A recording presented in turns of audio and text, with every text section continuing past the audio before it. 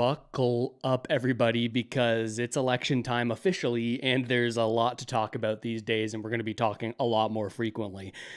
We've got TikTok and Election Canada's new content removal policies. They're really interesting. A lot of people have been talking about them, not from the TikTok angle as much, surprisingly, but they've been largely misrepresented. Some people saying, hey, they're going to take down certain political messages. We'll talk about that because what is the truth?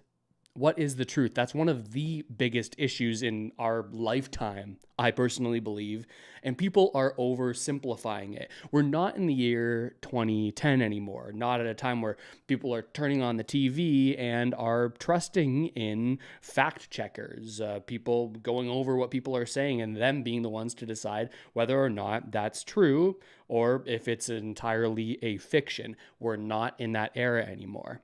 And we've seen, now we're going to talk about this today, Poilievre sticking to his Canada First slogans. These slogans that a lot of people are saying, hey, that kind of sounds like a guy south of the border. It kind of sounds like Donald Trump. People are making those comparisons. But simultaneously, and people haven't been talking about this, Carney seems to be making his own personal Doge. You've heard about the Department of Government Efficiency in the States. Well, in his opening press conference for the whole entire election, and people haven't reported on this, Carney's talking about creating a very similar agency here in Canada, but we haven't seen those same comparisons to Trump and Elon Musk. And I've got another big question for us today, one I think that you're going to want to think about. Is this election an election between Canadian political parties? Is it an election between the Conservatives and the Liberals, and to a lesser extent the NDP and the Bloc Québécois, the Green Party and the People's Party of Canada? Is it an election between those individuals, those parties? Or is this more of just one of many battlegrounds for foreign nations like India, Russia, and China? Is Canada's election here just a playground for them to battle it out and put their preferred world leaders into place? Well, with allegations flying left and right when it comes to foreign interference, it's really hard to make sense of it, and it's really hard to tell. We're going to talk about all of this today because this is the Russ Matthews Show. Thank you for joining me. Thanks for listening in every week when we talk about Canadian politics and just things going on in the world. If you haven't already, subscribe to the channel. If you're not listening on YouTube, or if you'd like to listen to it in another place, you can also find the show on Spotify. You can find it on Apple Music. You can find it on Amazon. Even if you're listening on YouTube, head over there, click the follow button, subscribe on those platforms, leave a review. It helps out the channel and the show dramatically. Lots of interesting stuff to talk about today.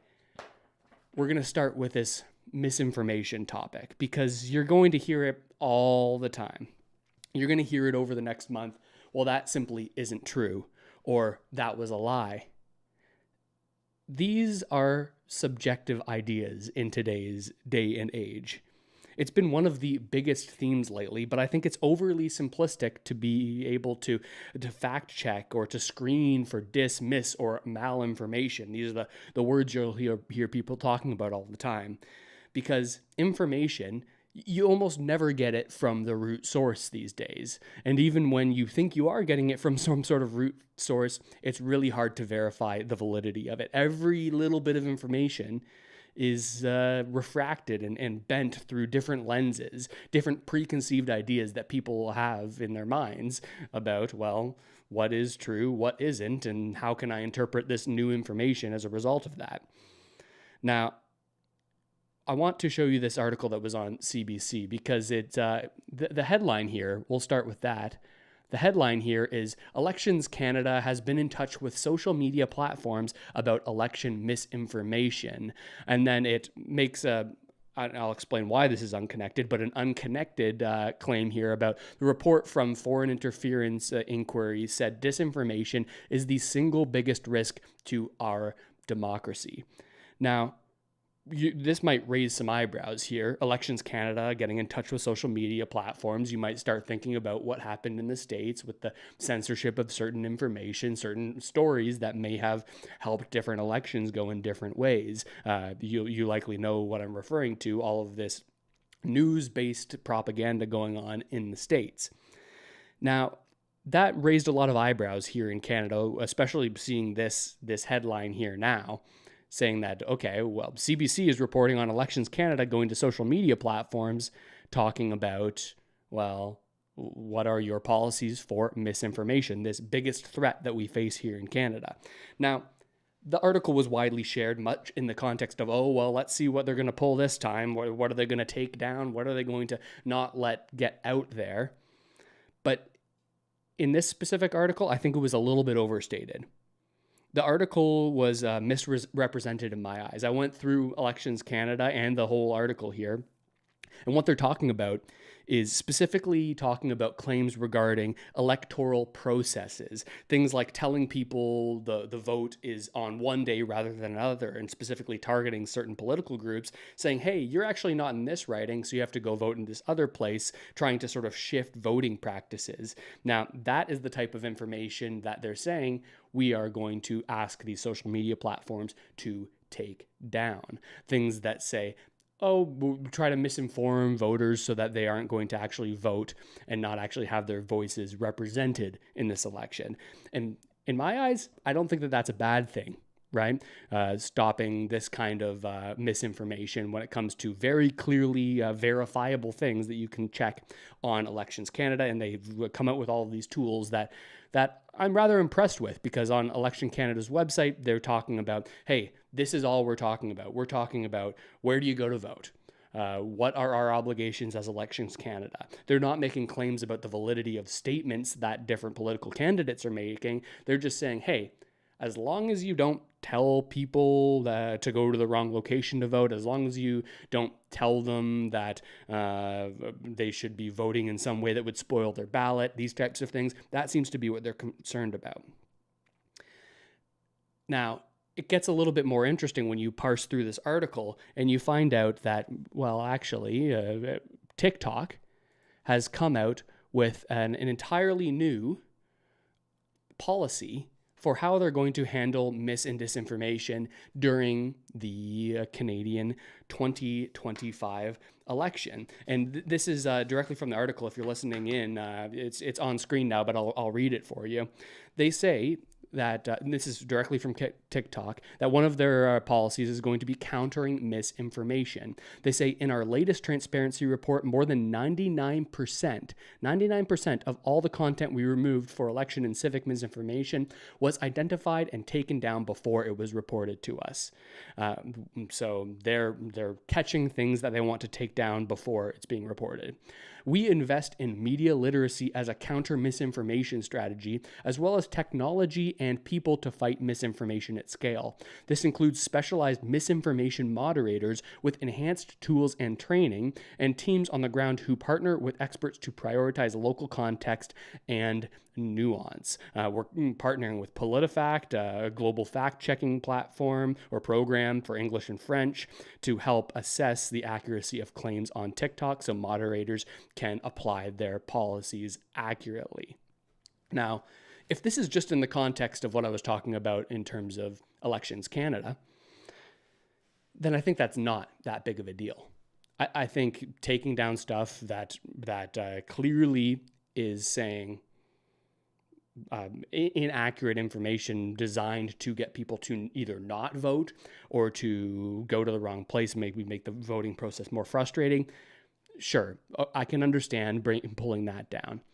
But I'm not entirely convinced that this platform's policy is going to apply only to that specific, very small band of information. Is it going to be just to that civil and civic misinformation? Or will we start getting into the range where we start to see posts taken down because, well, they include information maybe that a political leader has said that is untrue? That's where things get really, really messy. That is where things get really, really messy, because whenever you're making these subjective decisions about what is true and what isn't, well, it's always from the perspective of one individual. So this partnering with PolitiFact, or figuring out how to use these advanced tools so that moderators can take content down, that's where I start getting a little bit worried. How much are individual platforms being able to alter the way that we think about the issues that are being talked about in this election? Now, this is just the TikTok policy, but we've talked previously on the show about one of my biggest concerns. My biggest concern specifically that I think will impact people very heavily if they're not aware of it, and that is the uprising, or rather the growth in use of bot farms and social media AI bots that will make it look like a given idea is far more popular than it actually is. You might have noticed a lot of people having the same exact opinions, the same exact ways of stating things. This could be on Reddit. I see it a lot in different Canada Reddit forums. All the same kind of messaging over and over again with these bot profiles. And they're incredibly challenging to determine whether or not they are a bot or not, because you can go into their history and there will be different posts on disparate platforms, but there's no way to know for sure that this wasn't an AI creation that went and posted on these different platforms over the past 6 months to show some account history, so that there would be plausible deniability that they are bots. And it's not just on one political side or another political side. I think that this is being used in a dramatic fashion across the board. So that might make you think, well, okay, well then how do I know what reality is? And I ask myself the exact same thing. Well, you're scrolling on your Twitter feed, you're scrolling on Reddit, you're scrolling on TikTok, all of these platforms. How do I know what's true? How do I know what's not?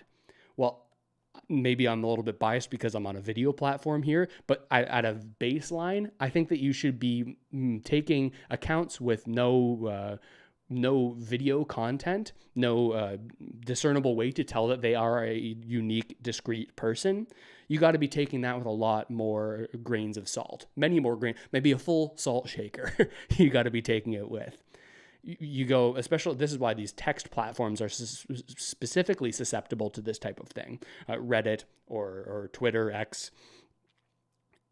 When you don't have a face and a name and a real person that you can watch a video of or get an idea of who that person is in some other way other than these anonymous text accounts, well, then I think you got to be a little bit more skeptical that they are actually a person, because this concept is called astroturfing, and it's been done around the world for years and years and years. And this idea of making something look like it's grassroots, but really it's just artificial. It's just turf. That's astroturfing, right? That has entered a different stratosphere now that we can have AI manipulated agents going out there and saying, okay, here's 100 people. They're all going to comment on these types of posts. They're going to say this type of message without making it sound like the exact same language, because you can alter things with AI to make it sound like different typos and different turns of phrases, but all towards the same kind of idea to make it look like an idea is a lot more common. So I would just warn to have a little bit more skepticism when you're looking at these text-based platforms. And when it comes to video-based platforms, you're listening, or audio, right? You're listening to me right now, or you're watching me. You can't even take everything that I'm saying without adding your own scrutiny. I think that you've got to go to multiple different creators, multiple different platforms, mixed with your own reading, both of news sources and original source material, and taking as many of those different data points in together.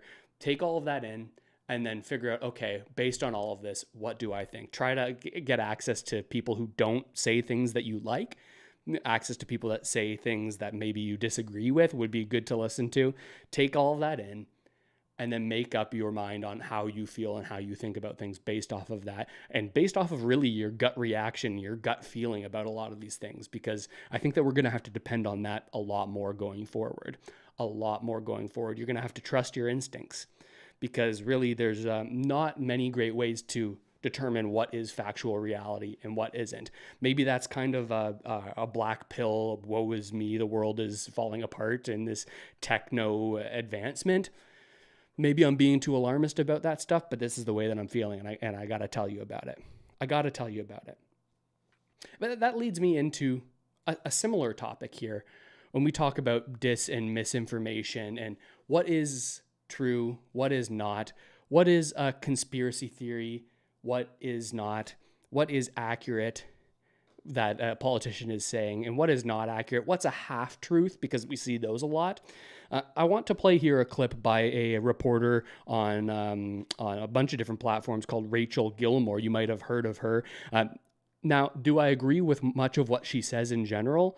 No, I personally don't align with a lot of the things or the sort of explanations of what's going on that she says, but I do think that people have been incredibly cruel to her online because she doesn't think in the same way that maybe a lot of people online do.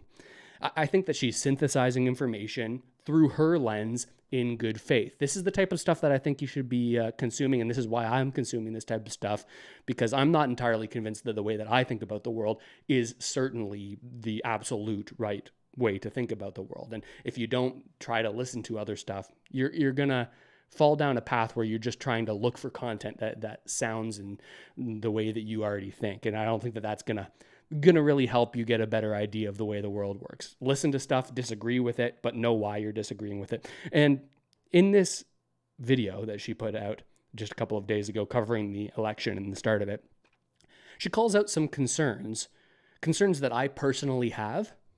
I personally have these concerns, but she associates them with other views that I don't share, other things that maybe more and more people would say is a conspiracy theory.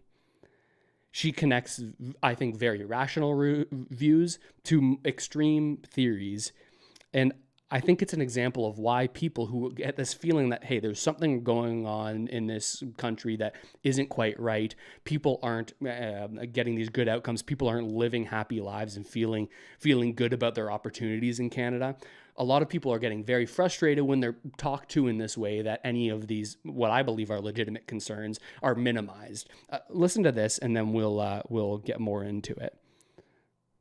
$1 So that's like the big policy stuff from the very beginning of the campaign. But you know me, I love my conspiracy theory dog whistles and disinfo, so I'm going to quickly highlight a little bit of that that's already happening too. A fun new bit of disinfo that Poilievre is playing with is this whole Century Initiative thing. This is a plan that apparently one of Mark Carney's advisors is a fan of, and it's to have the Canadian population reach 100 million people by 2100. So Poilievre keeps implying that Carney is supportive of this plan, even though Carney has explicitly said that if he's elected, the caps on immigration levels, which have been criticized as being fairly restrictive, will remain in place. But I don't know if Poilievre wants to play the game of your advisor's beliefs or your beliefs, because this is one of Pierre's top advisors. But to be fair, Poilievre has said that he is not a MAGA guy. He is Canada first, which sounds a lot like the slogan that's the Canadian equivalent of MAGA, but you know, I digress. But another reason Okay, we'll pause it there because there's more that I want to get to. So I think she's right. I think she's right in a lot of ways. Because she calls out how Carney has started to talk about the Century Initiative. Right. This is a real government lobbying organization that's been put together by and supported by current central bankers, former central bankers, people who have been at the top of different economic organizations, Goldman Sachs, things like this. This is a lobbying organization that has said, hey, we have an important demographic challenge here in Canada, and we need to grow our population to 100 million people by the year 2100. That's the goal of this. They say we got to do that via immigration and via different ways of growing our population internally. This is a very real organization, one that Mark Wiseman, who is one of Poilievre's advisors, was one of the heads of, one of the creators of. Also, he was the head of a pension plan, the Canada Pension Plan, for a while. And we've talked about, okay, well, it's in the interest of pension plans to keep on growing the population so that we can sort of support this thing that may or may not be able to exist long into the future. And some people, I think, are rightfully questioning that. But she's right. Because Poilievre in his press conference comes out and says, well, Carney wants the population, and Carney and Liberals wants the population to go to 100 million by the year 2100. And then she says, well, that's not actually true, because in these press conferences, Carney has said that he's going to keep these immigration caps in place. Now, these immigration caps currently are only over the next 3 years into 2025, at which point they're supposed to be back down to immigration or temporary residents are supposed to be down to 5% of Canada's population. But then those caps kind of end. And sure, it would be true to say that, well, Carney doesn't overtly out in the open want to get the population this high. But you've got to question, what are each of these people's long-term goals? What are their long-term goals? Nobody knows these long-term intentions and plans of either of these guys. On either of them. We hear the Poilievre saying, well, we've got to have immigration match our housing and our healthcare abilities. Sure. And we've got Carney saying the same thing, and these are both in the short term.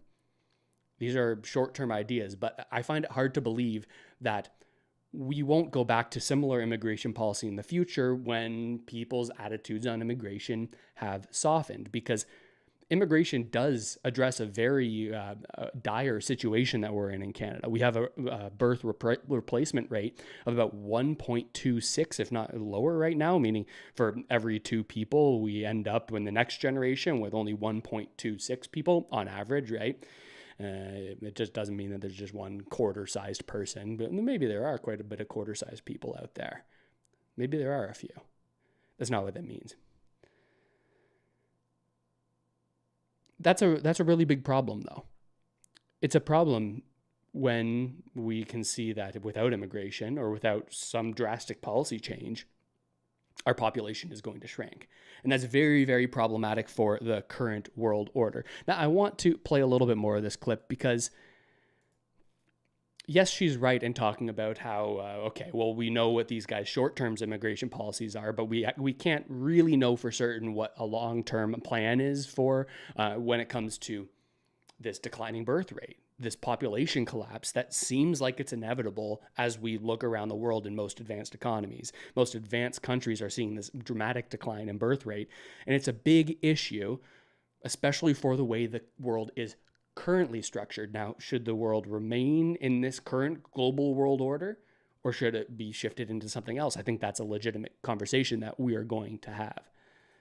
I really don't like this bit of disinfo is it smacks of the Great Replacement conspiracy theory, which is super popular among people like Elon Musk. Like, I wouldn't assume it's a mistake that his first thing he says right after saying he opposes this initiative that isn't the Liberals' initiative is that he will cap immigration. So he seems to be implying that that is the opposition to this initiative, and therefore that 100 million people would be in large part fueled by immigration. Replacement theory is a racist conspiracy theory that implies that white people are going to be slowly replaced by people of color in countries like Canada or the United States. And in its most extreme iteration, people believe that the Jews are behind it. I am not saying that Poilievre believes in this, so do not take this out of context like that. But what I am saying is people who believe that theory might have their fears stoked by this kind of rhetoric, and I don't think that Poilievre is blind to that. But that's not the only dog whistle he's engaged in already 2 days. All right, so there's more to this clip, believe it or not, and we're going to get to that. She talks about the Great Replacement theory and ties the concerns about immigration and concerns about what that can do in Canada, ties that to automatically being some sort of racist policy. If you start talking about immigration as an issue, that means that you automatically support the idea of this Great Replacement theory. Now, let me tell you my views on the Great Replacement theory. In my personal opinion, I don't think that there's some globalist, race-based plan to make our country and countries around the world less white for the sake of making it less white. I don't think that's happening. I don't think that's true. I don't think people are doing this in some sort of racist, white people are better and that's who we should have in our country kind of way. That's not, I don't think that that's what's happening here. I think that, sure, our population is becoming less and less white. I don't think that that is because of the whiteness. I don't think it is because of the not whiteness. I think that it is a reality that is more economic and to the benefit of corporations than any sort of race-based idea here.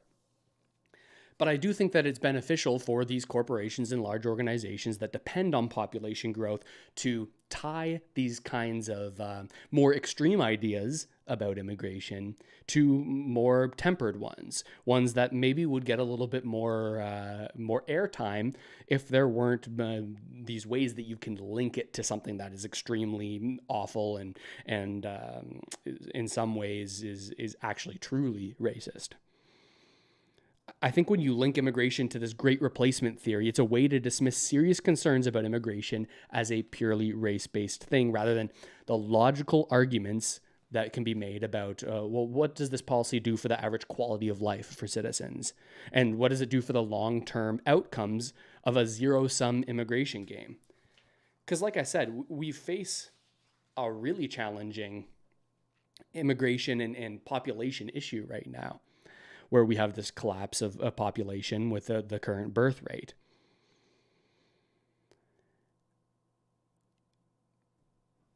And I understand why immigration is unpopular right now because of the vast uptick that we've had over the past few years. But I don't think that any politician is being truly honest about this demographic issue that we're talking about. And also, who stands to benefit from certain ways of solving that? And who stands to be harmed? There's not talks about the flaws with the current system, this current system that is addicted to growth. We have these global institutions and these very important institutions in Canada, things like pension plans and things like needing more and more people to tax to cover the debts that we have in Canada because we haven't run a balanced budget in a very, very long time. There's not talk about that. And there's not talking about corporations that have become these sort of vessels for private equity debt games. These games that require perpetual share growth that can then back those loans and can allow corporate lawyers and can allow CEOs to get healthy sort of margins on these kinds of big debt structuring deals that corporations will do. Debt that is only able to be taken on from growing demand that grows share values. You see where I'm going here. That's what I want to know about. That's what I want to hear these leaders talking about. What are their stances on this global system? Like, do we keep on playing this game that we constantly need growth to support and kicking the can down the road, probably able to kick it down 10, 20, 30, 40, 50 years, sure. Maybe we could stave off some sort of disaster resulting from these kinds of actions over the short and medium term. If we choose to do that, if we choose to make that decision, we're going to need to grow the population to support growth and demand somehow. Like, are we going to continue mass immigration to be able to support this and to sort of take young people from developing nations just to support our own kind of Ponzi economic games? Is that what we're going to do? I mean, that's what we've done. Certainly over the past few years, we've suppressed wages and we've helped out big corporations as a result of it while adding demand and helping the economy to survive while we were raising interest rates. Or maybe on the flip side, we expand what I personally think is a very good policy that was implemented by the Liberals at the very beginning of this past term, or the very beginning of the Trudeau era, where they brought in the Canada Child Benefit, these tax incentives and payments that go out to Canadians based on the amount of children that they have, incentivizing already Canadian citizens, people who are here, to have families, help them out financially, because I think that's one of the biggest things bringing down the birth rate in Canada, putting us at this 1.26 people per couple rate that we're at. It's economic, I think, largely economic. It's pretty challenging to feel like you have security in terms of shelter, let alone food and educating a child that you're going to have. I think financial help for people would certainly help with that number. But at the same time, doesn't that Canada Child Benefit idea also kind of feel a little dirty as well? Because, yeah, some people may not be having children because of economic reasons, but there are certainly people who just don't want to have children in the first place, and that's okay.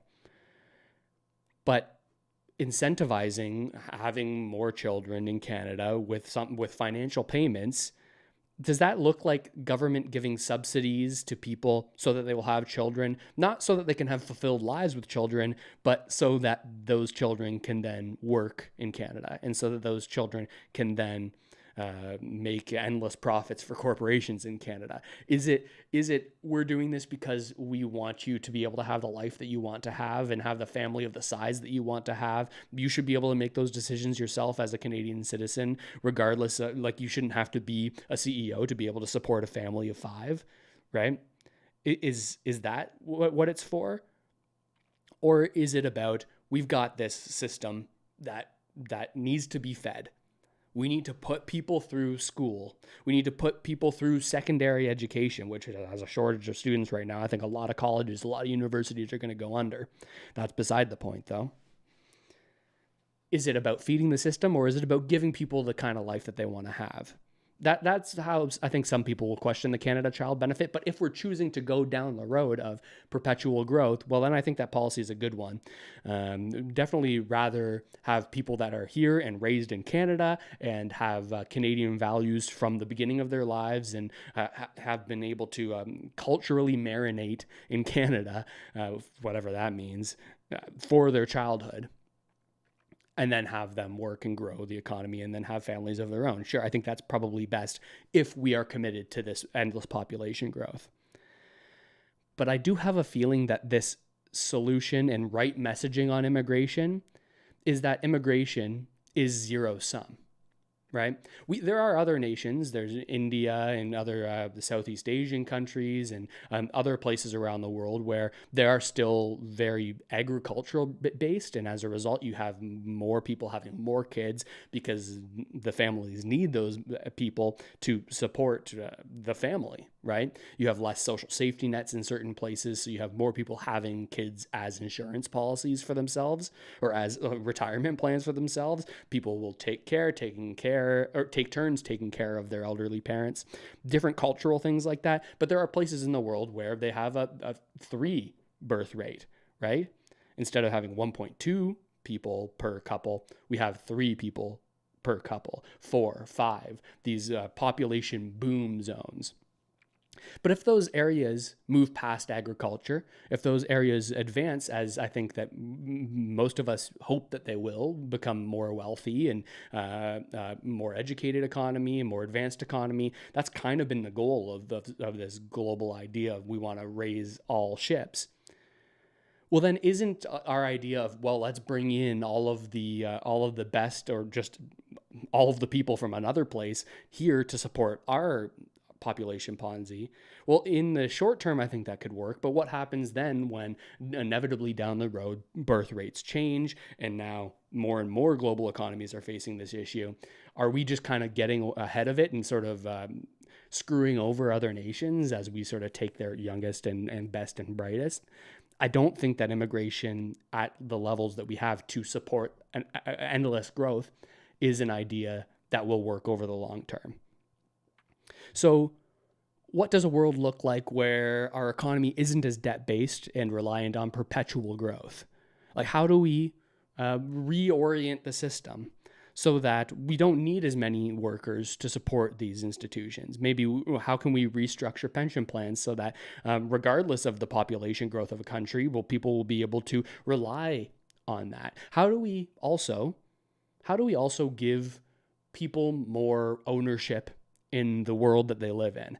This is one of the biggest issues I think I have, is that you have people working for companies and they never see any results of their work outside of pay, right? I don't think that they get the value that they put into their work in a lot of cases because they don't have any equity in the company. And largely, Canadians don't have much equity in Canada. They don't have much ownership or stake in Canada.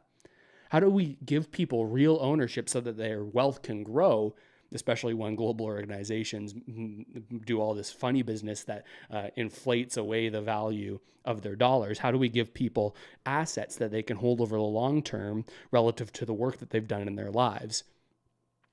How do we make it so that it's not just Wall Street types, or Bay Street, I guess, in Canada types, that are able to play these financial equity asset games?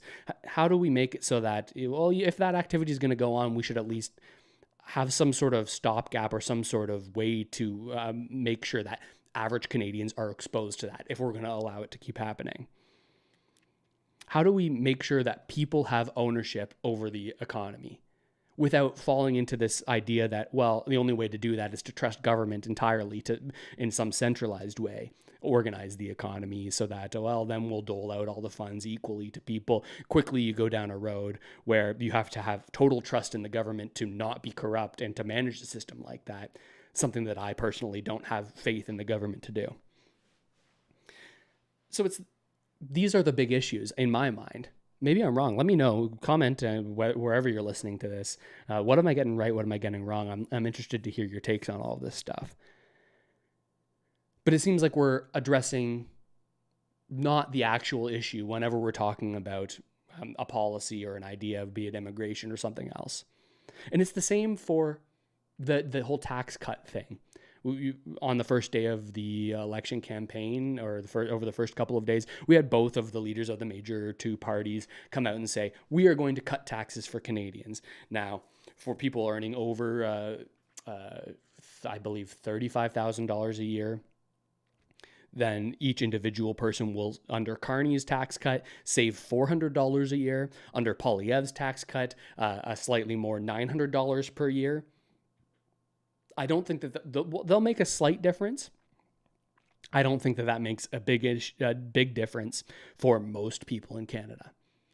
I have this feeling that there's an appetite in Canada for more radical changes, because tinkering around the edges with a lot of this stuff, I don't think is going to solve anything. I don't think Poilievre's slightly higher tax cut is going to help people a lot more than Carney's slightly lower tax cut is going to help people. It's just this candy that's put out there for an election to say, well, both of them are going to cut taxes, so who should I vote for? I'll look at these numbers, make my decision based off of that. We're not talking about the right things. These aren't the transformative policies that I think a lot of people have an appetite for today. What does it look like if we sort of tie even greater tax incentives to people who have families, go along that CCB route? Sure, maybe that.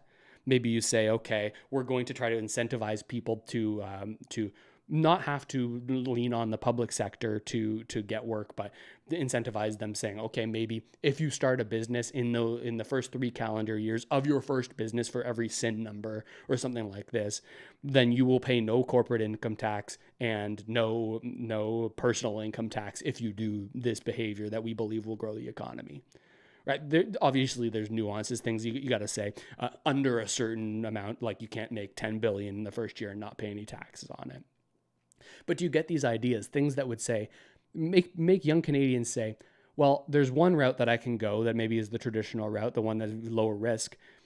But even though Canadians as a people are very risk averse, people want to sort of go the safe route. I think a lot of the time, I think it would be beneficial for the government to say, hey, we're going to provide some real incentives here, some real ways that you can have a little bit of a safety net, or at least a little bit of a outsized positive result if you take these certain actions that will benefit Canada.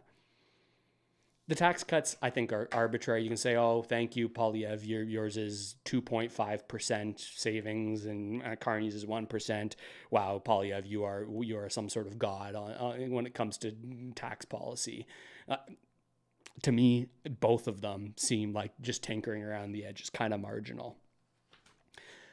Let's get back to this clip, because we got to go a little bit further, because we've talked a lot about this on the show. We've talked a lot about globalism as this boogeyman bad word that people will hear, and people on the left will say, well, as soon as you start talking about globalism, you must be talking about some sort of conspiracy theory. And people on the right are like, well, a lot of people are like fully bought into the all the way conspiracy theory. But there are moderate people who have questions about globalism and the costs and the benefits, and that's not being talked about in a serious way.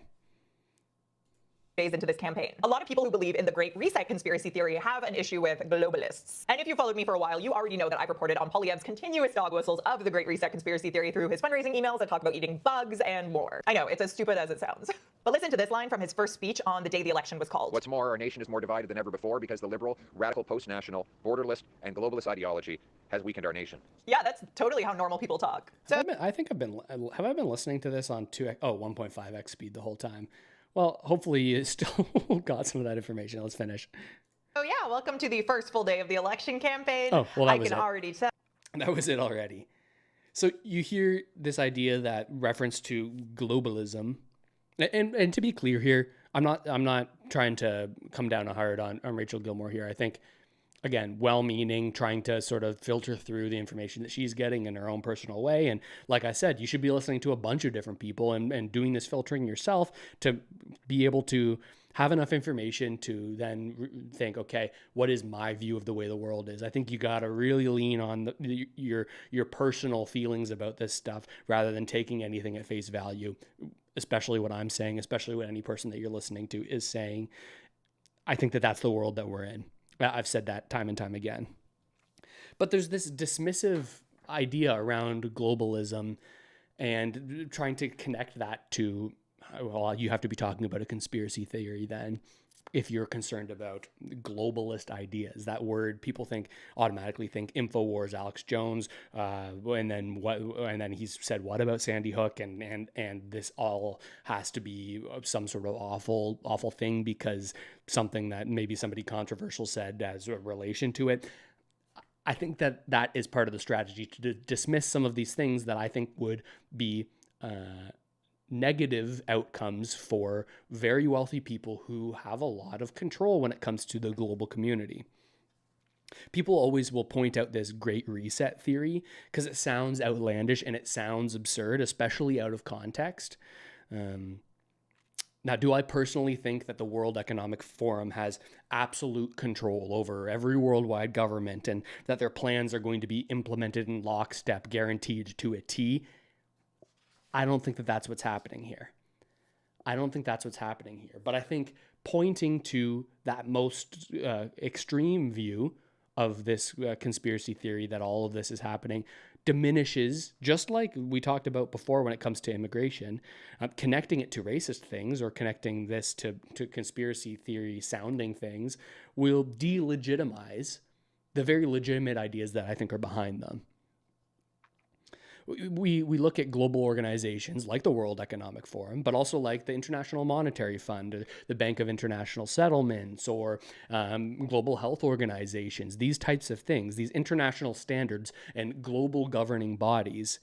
Now, they always have rational reasons for their existence. They always have rational reasons that what they're doing and the policies that they're pushing and the reasons they're trying to influence governments is incredibly altruistic. We're trying to make the world a better place and shape it in our vision.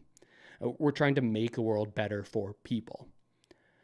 But then you look at those policies and you look at the outcomes of those policies, or I personally have, and I start to question that, and I start to say, well, okay, if you really were serving the interests of average people worldwide, well, then how come we're getting the results that we're getting? It seems that the outcomes tend to always benefit the people who are already on the top. I talk about it time and time again. We talk about central bank policy pushed by the Bank of International Settlements, this global community of central bankers who I believe are serving more the interests of corporations and the already wealthy in the current global order than they really do care about the individual people on the ground floor. I don't think that's a reality. But we talk about it throughout the great financial crisis, sure, but most recently in our mind, the pandemic, the massive money printing programs that sure did save the economy. Oh my gosh, I'm just getting so popular. You can probably hear my messages in the background tinging off. It's probably my grandma saying that she's the only one in the world that loves me or something like that. Where was I? I wonder what my grandma would be thinking hearing me talk about global organizations in the modern era. I wonder. Maybe that's what she's messaging me about. Oh my God, where even is that? Okay, well, we're just gonna have to deal with that for the rest of the episode if it keeps on coming through. Oh my gosh. But we talk about the central banks. That's where I was. Now I got my train of thought back. We talk about these global organizations, central banks, and the money printing that went on. And yeah, it did save the economy. It propped up the economy when we were forced to shut it down. But at what cost?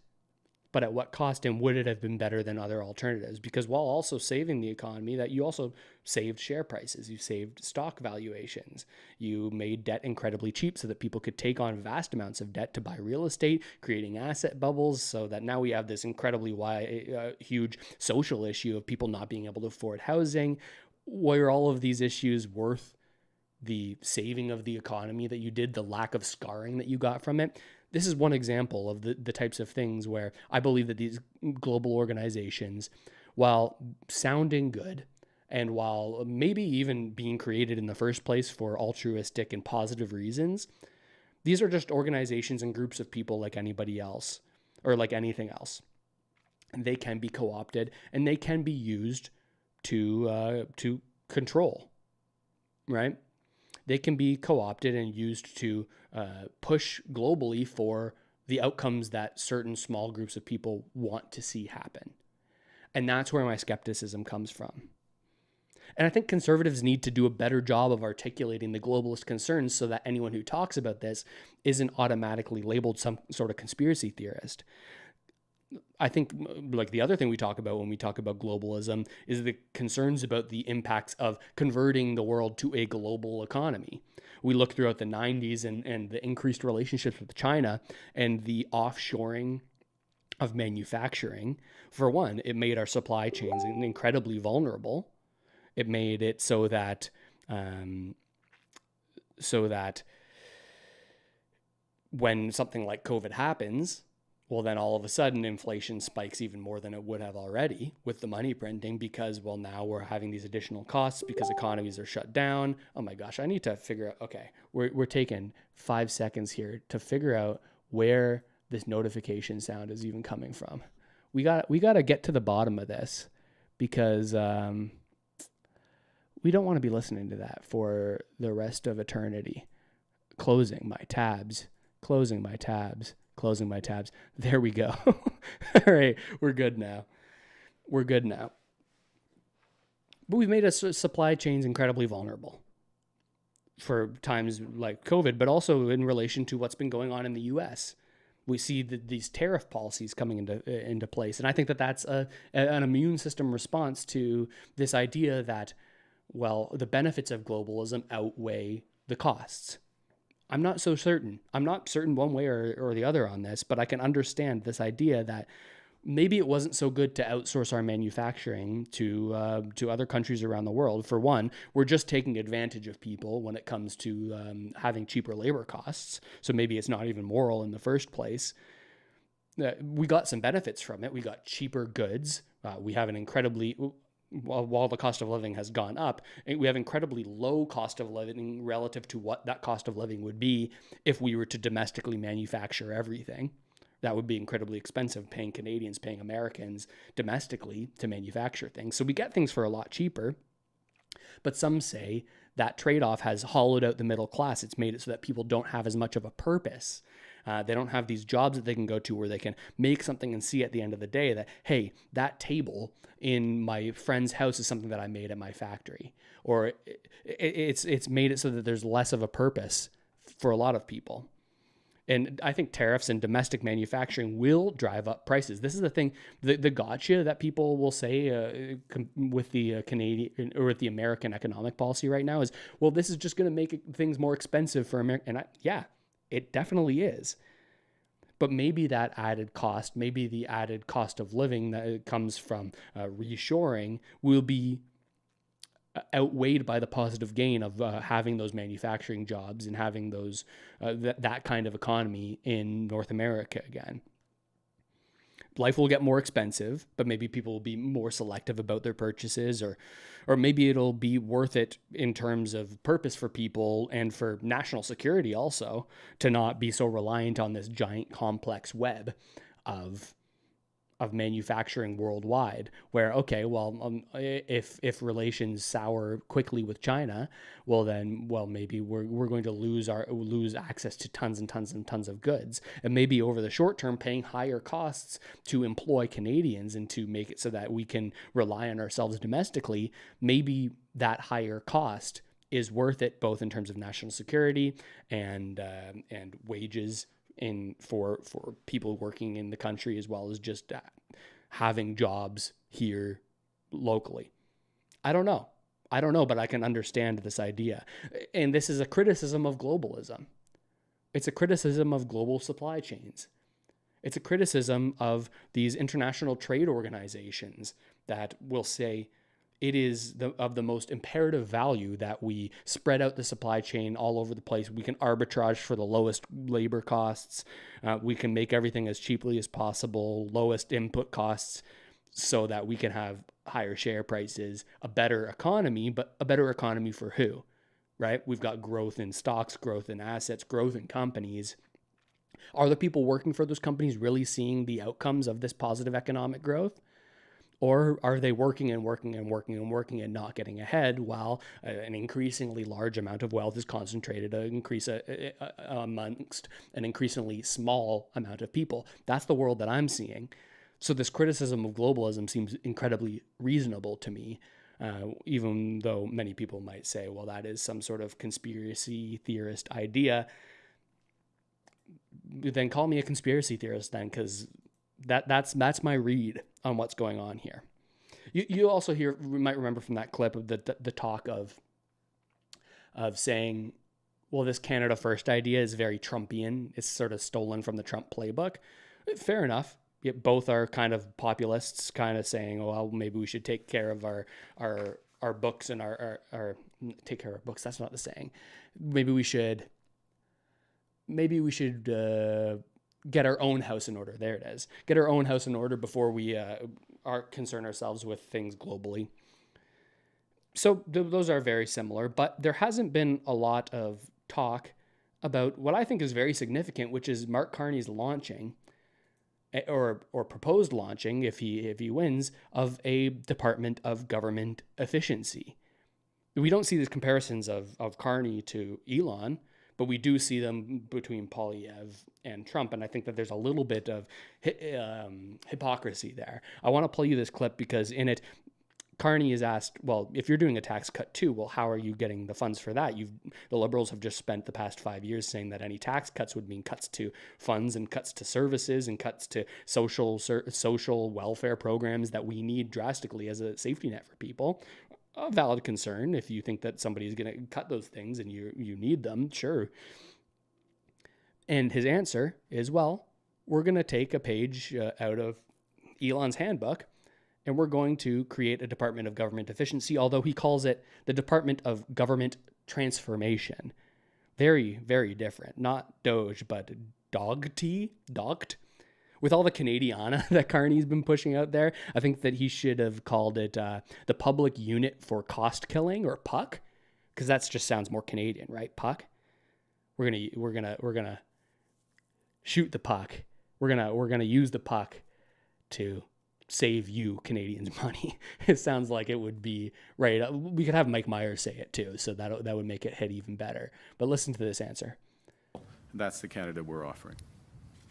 Good afternoon, Prime Minister. Ashley Burke, CBC News. You've repealed the capital gains tax changes, and you're promising this middle-class tax cut, but you're also making new spending commitments. So how do you plan to pay for that, and what kind of cuts will you have to make to keep up with your promise of a deficit below 1% of GDP? Well, a couple of things. One is that we are looking at driving efficiency in government, in other words, productivity in government, by flipping around the approach to government, which is to concentrate on the outcomes as opposed to the dollars in. And so that's part of the reason why, it's the core reason why we put in place a new Ministry Department of Government Transformation, use a series of reviews on programs, but also new technologies, AI, to drive those productivity. I'm going to, if I may... So that's like exactly the playbook that's going on in the States right now. We're going to create this Department of Government Transformation, and we're going to use AI and different reviews to be able to find out what spending is efficient and what spending is not. We're going to be able to cut that so that we can save a whole bunch of money as a government. Now, the idea about what you then do with those savings is where things get a lot different, because while in the States they seem to be saying, well, we should just be spending less as a government in general. We should be changing policy so that the economy can take care of itself, so that businesses can grow, do these types of things. Well, Carney seems to have a different idea, and possibly a valid one. I think that reasonable people could share the idea that the government should then take whatever savings it can find through a review of government inefficiencies and plow that into new government investments. Listen to this. This is the direction that Carney thinks we should go. Actually, just clarify something which you said, which is that we're differentiating between spending less as a government, and I would recall that government spending has gone up around 9% on average over the last several years. So we're going to get that level of spending increase down. That in and of itself will create room. But what we're concentrating on is Canada investing more. It is time to build. It's a tremendous time to build out this economy. It's what we need to do to create jobs, higher paying jobs and growth. And we will use scarce taxpayers' dollars to catalyze huge private investment in the likes of opportunities that we discussed as First Ministers on Friday. And for those who didn't watch it, I can understand why people wouldn't have watched that, so I'll say it now.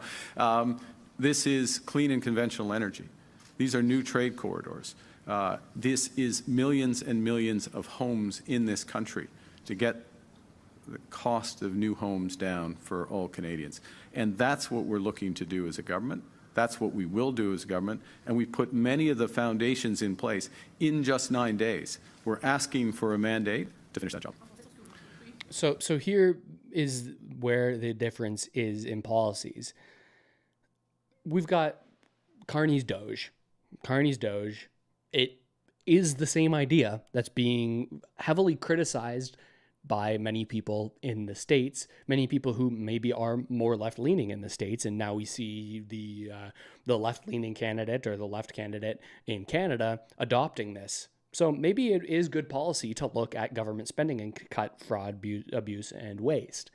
I certainly think so. I think that there's probably a lot of bureaucratic spending that's going on that isn't resulting in actual dollar-for-dollar positive outcomes, where a dollar spent is more than a dollar earned back in the pockets of average Canadians when you account for everything. I think a dollar spent by the government is more than a dollar back into the pockets of the elite, the people who are running corporations, people who stand to benefit from vast government investment.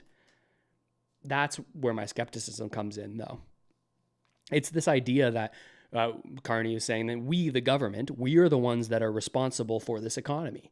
We are the ones that are responsible for investing and for building the economy from the government top down. We got to build this economy, and now's the time to invest. Now contrast that to the position of, well, hey, we believe that Canadians are smart.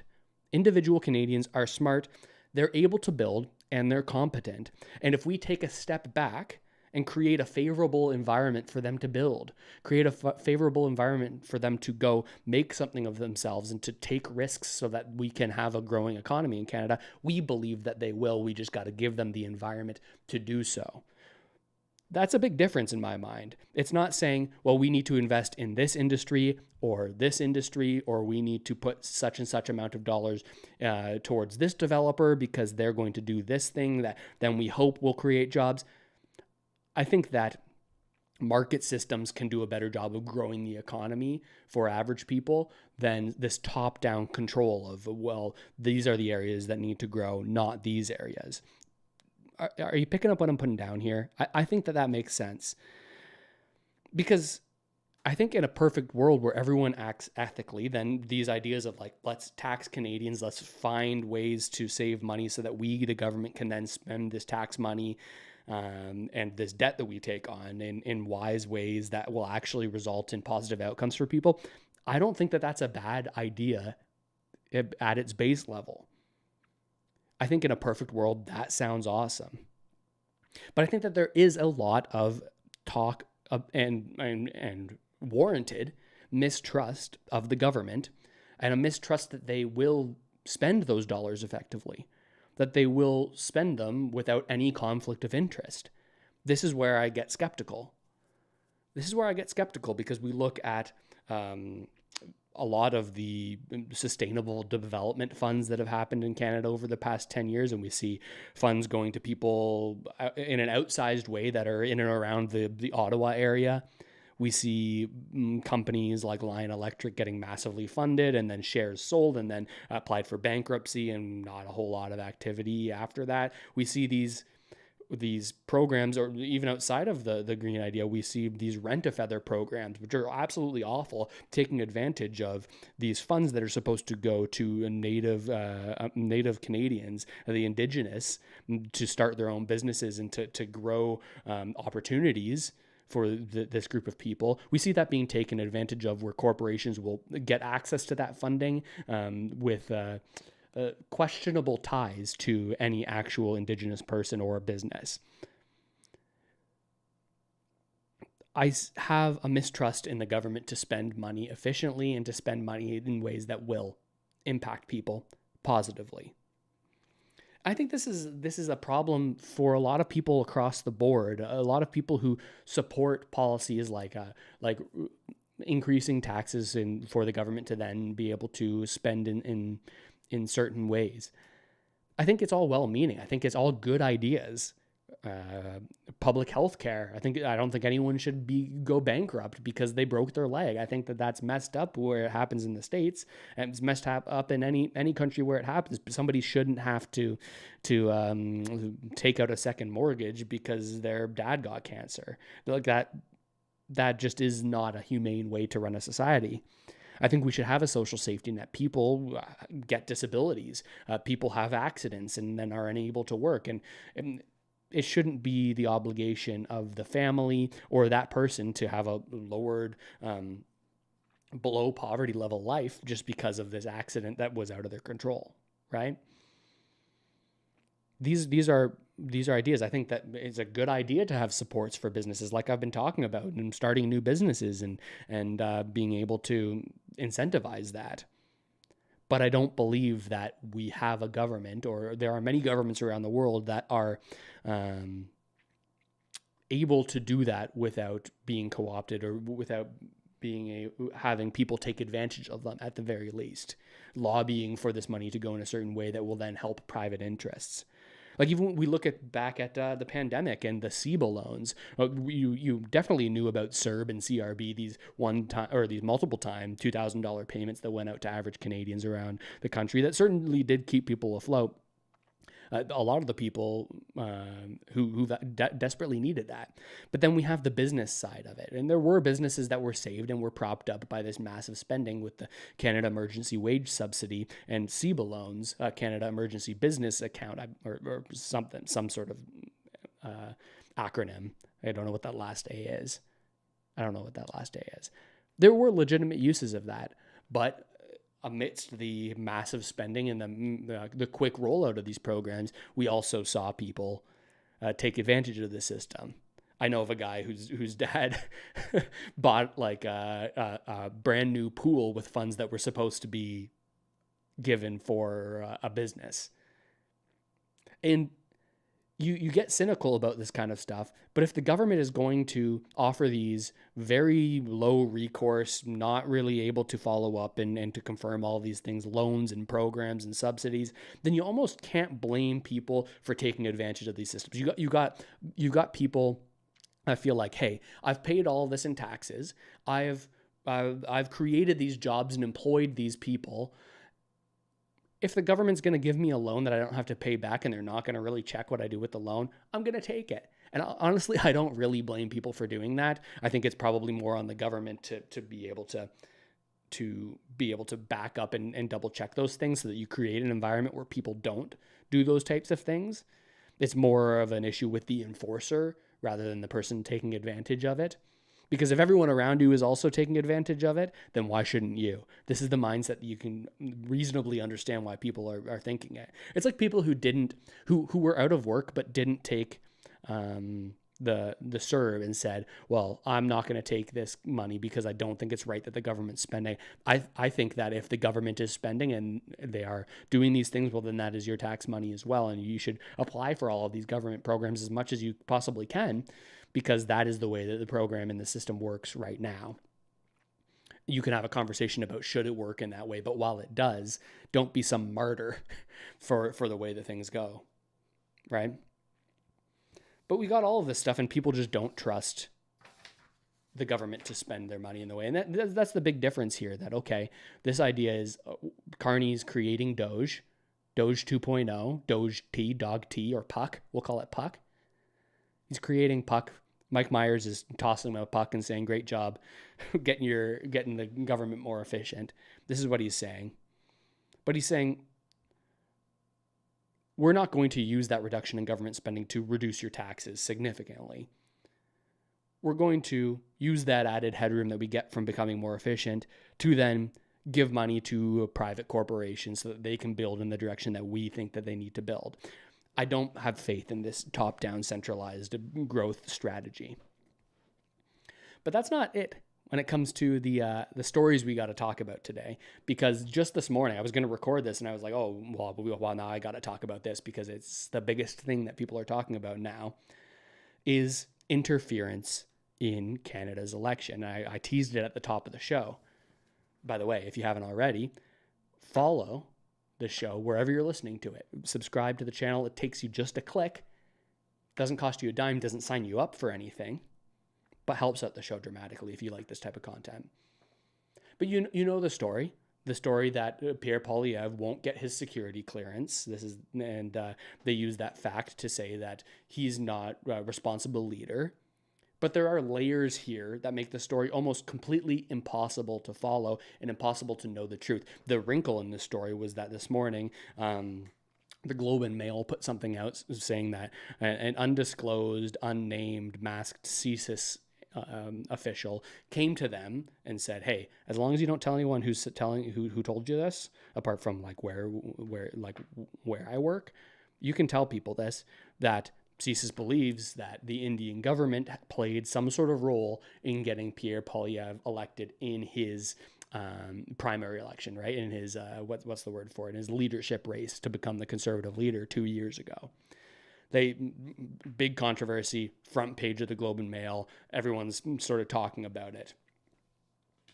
But it's impossible to know the truth when it comes down to this type of stuff, because there are universal accusations of interference across the board, regardless of which party you're in. Every Canadian leader, it seems, has been accused of foreign interference, which makes it incredibly difficult to determine what is true and what is not. CSIS has come out and said, well, there was a lot of interference that led to Justin Trudeau getting elected in the first place, let alone the subsequent elections and different terms that he got elected for following the original 2015 election.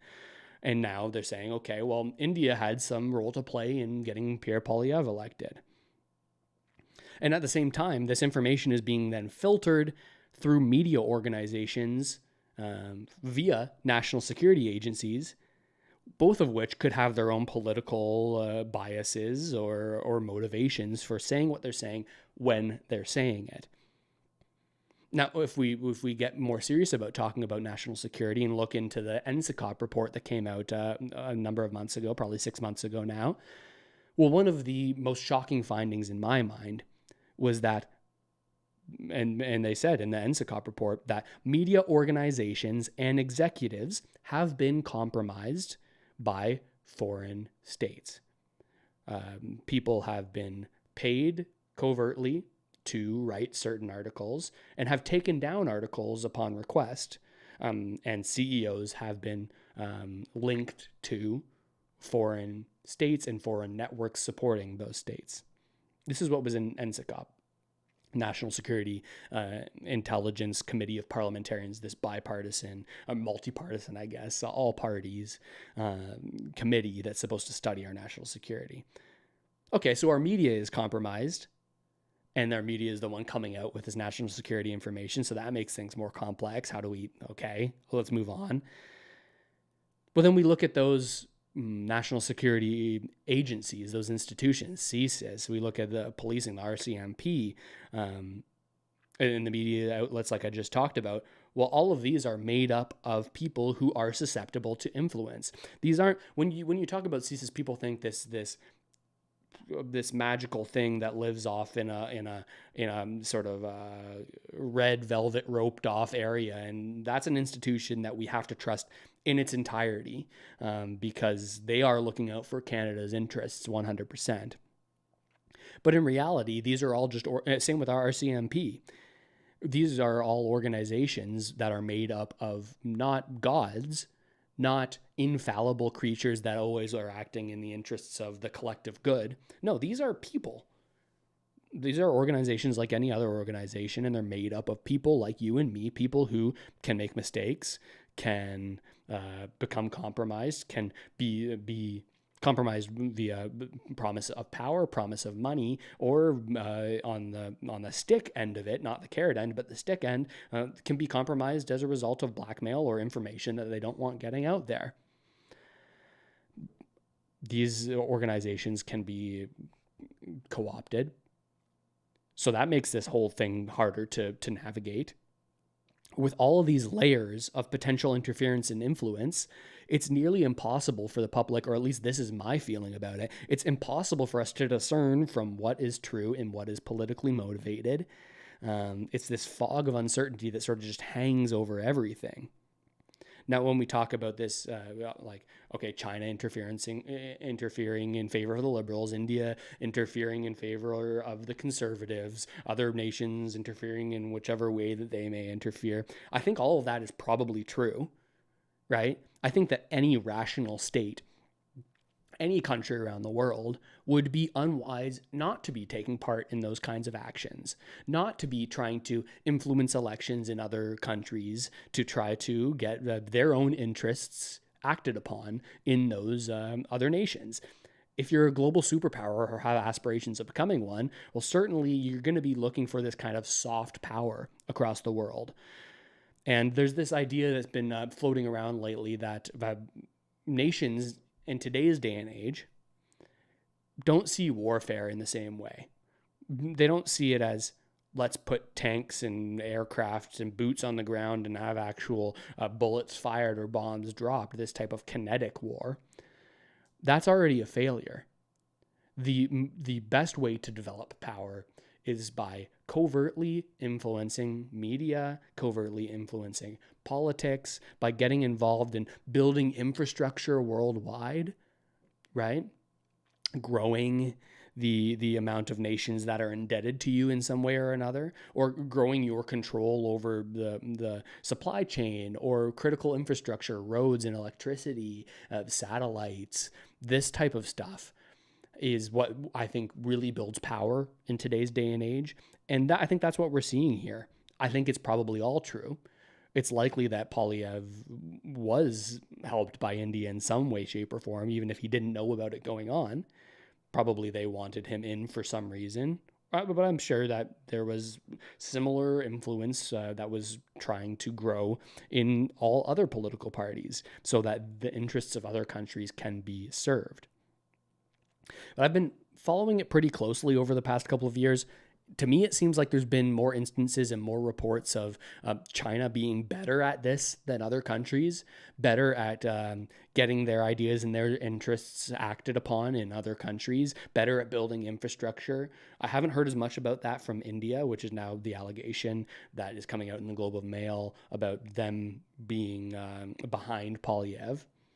I haven't seen as much stuff, and maybe I'm misinformed, but I'm curious, what are the interests of India in Canada? What are these things that they're trying to get us to push? The one that I can think of is to try to remove support for the Khalistani movement in Canada, this organization that claims that they have a right to the northern Punjab region in India. The Indian government calls them terrorists. The Canadian government says, well, this is just a group, a religious minority group that is trying to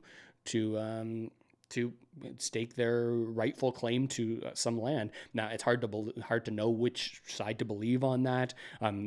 Is this group a terrorist group, or is it a political activist group that has legitimate claims to this land and the Indian government mistreated them? That's almost impossible to nail down and to figure out what's true there. But maybe that is why there would be Indian interference and Modi would want to do this stuff. The one thing that we had happen was the killing of the Khalistani leader in Canada, and then the Trudeau government a year later coming out and saying, well, actually there were ties to the Indian government doing that. Now, the timing about that announcement always made my eyebrows stand a little bit. Is that hair stand, eyebrows stand? It made me stand. All of my body parts were standing when I saw that, because I was like, okay, well, this is happening right as all of this breaking news comes out about the Chinese interference in Canada. So it made me question the timing of it. And similarly, I question the timing of this report coming out in the Globe and Mail about Polyev and his the interference that India has done on his behalf. I think it's probably true, but I question the timing of why it's coming out, when it's coming out, and who from CSIS is putting that out. And sure, it could be true that Polyev could be limited in his speech if he gets clearance, but it also probably is beneficial to him to not get clearance because that gives him plausible deniability of any knowledge of this help. Now, this article comes out and Carney immediately says that Pierre's leadership race wasn't legitimate because of this foreign interference.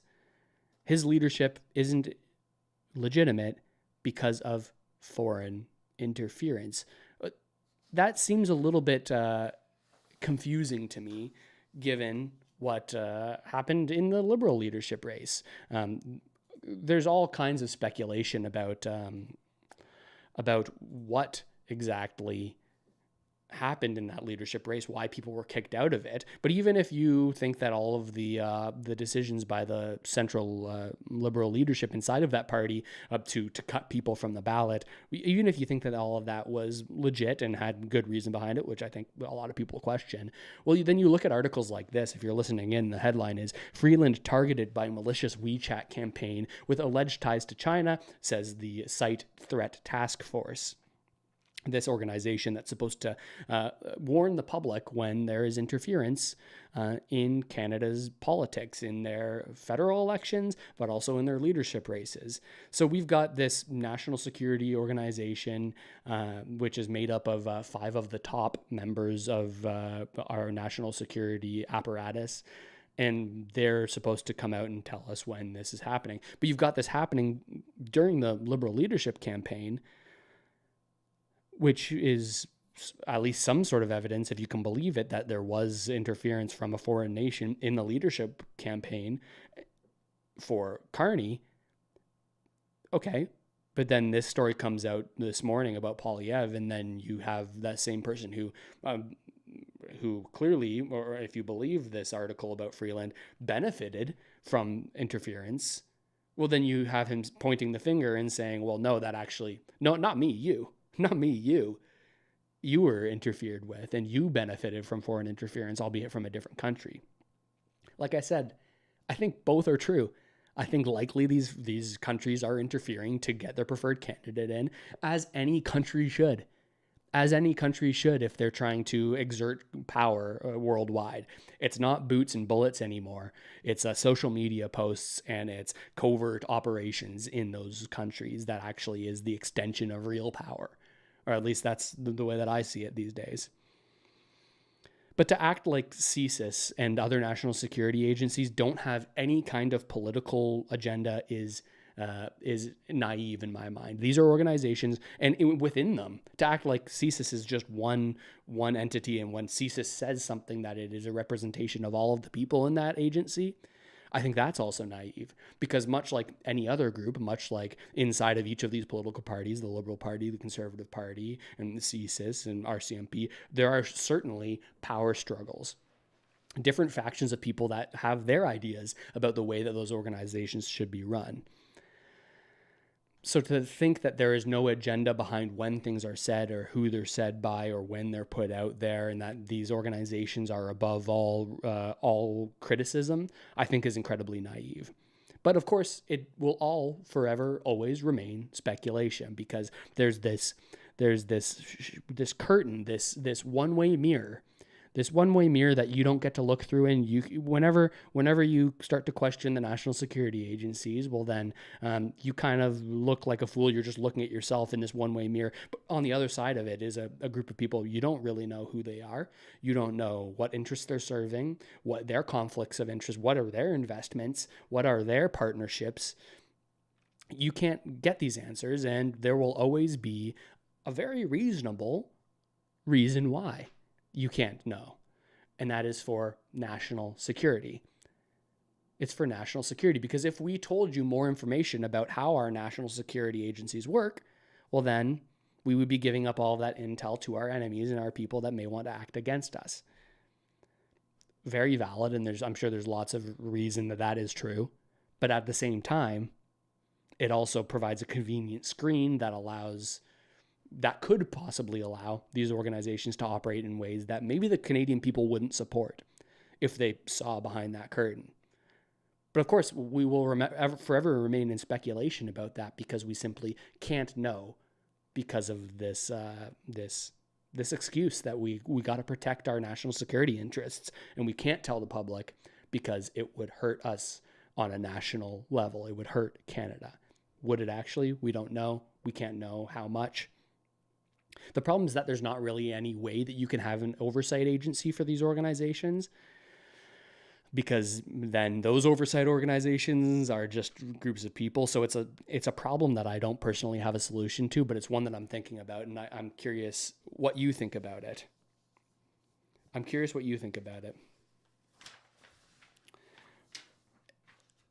I think I want to end on a clip here, because this is the response from Poilievre to Carney's criticism of the India interference.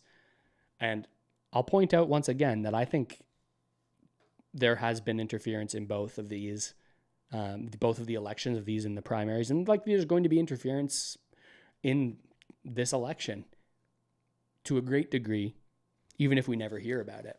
It's going to happen. I think that's just a realist way of looking at it. But here is Poilievre's response. He talks about, well, just like Carney did, saying, not me, you. Poilievre says, not me, you. For average people, I think it's incredibly hard to parse through what is true and what is not. But these are some allegations that I think Carney is going to have to, at the very least, answer for. Will the public care that much about them? I don't know. Or will it be lumped in with conspiracy theories and things like this, like we talked about earlier in the episode? I'm not sure. Hi, Per. I'm Surya from Y Media. Yes, sir. So, Globe and Mail has done a story on election interference on Conservative leadership campaign. What are your comments on that? Well, first of all, let's quote from that Globe and Mail article. I'm going to quote here. CSIS also did not have evidence that Mr. Poilievre or members of his inner circle were aware of these alleged actions. Then I'm going to quote the Hogue Commission, and I quote, "The Commission heard testimony about allegations of the government India interference in the Conservative Party leadership race. CSIS witnesses noted that they had no reason to believe the impacted candidates would have been aware of the alleged support." Let's be honest. I won the leadership fair and square. Even my political competitors, like Mr. Patrick Brown, have publicly testified under oath that that was the case. But I'm glad that the Liberals put this attack out today. Really glad. Because there's something that's really been worrying me. After Justin Trudeau named Mark Carney his economic advisor, giving him massive power over public policy in Canada, Mr. Carney went over for meetings in Beijing where he just had secret talks with the deputy governor of the Chinese Central Bank. 2 weeks later, Brookfield got a $250 million loan. What did they talk about? What did Mr. Carney in his role as Trudeau's economic advisor offer China? Why would he be having secret meetings with top government-controlled bankers about getting a $250 million loan while he was supposed to be acting in Canada's interest as the Prime Minister's economic advisor? Why would he be collaborating with a hostile foreign regime that we have since learned executed 4 Canadians and took numerous Canadians hostage for a lengthy period of time?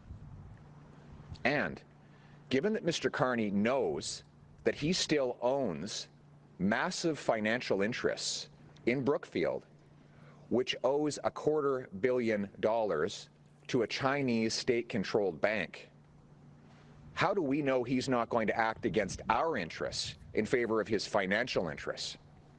Why didn't he stand in front of this microphone and confess to Canadians that he owes the Chinese government that kind of money? Is this why he's covering up his financial interests?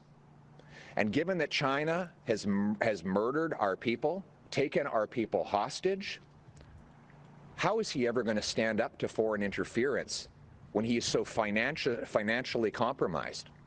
We have never in our history had a weak, out-of-touch leader so terribly compromised and conflicted, who's in... So I think you get the idea of where he's going here. Poilievre says, not me, you, and lays out some claims here, some very serious claims, ones that we've known about, ones where we know that Carney has massive equity and financial stakes in the companies that he's worked for, right? If you're any kind of good CEO or board member, you're going to negotiate so that you can get stock packages for being a part of that. You want to have equity in the companies that you work for. So I imagine it's true that Carney has financial interests in both Brookfield, Goldman Sachs, the other places that he's worked. But are these claims going to be lumped into the same kind of globalist conspiracy theory claims and ideas that are so often used to dismiss real concerns? Real concerns. I think that's likely what will happen, but we'll have to see how Carney responds to this. But he may just turn to the reporters that ask him the question and say, well, look inside of yourself, like he did to Rosemary Barton. Why are you assuming that I'm being nefarious because I have equity stakes in these big major companies? Why are you assuming that that means that I'm going to act against Canadian interests? Maybe that's shield enough. Maybe that's shield enough saying, well, as Canadians, you're supposed to look for the best in people. Don't look for the worst in me. Don't think of these negative things. I want a positive mandate. I want to have a positive mandate from Canadians to build a Canada that, we Liberals don't think that Canada is broken. We think that we can stand on our own and we can build the country that we all want. So let's just be positive here. Let's not talk about where my financial interests may lay. Let's not talk about where the financial interests of my global community of people that I am associated with, where those interests lay. Let's not talk about the concerns about globalism and the impact that has on average people. Those are all conspiracy theorists. Those are all conspiracy theories, and they're not to be taken seriously. Look inside of yourself and find out, where's that negativity coming from? Look at me, I'm smiling. I'm at the hockey rink. I'm Canadian. Look at my resume. It's all good. Is it all good?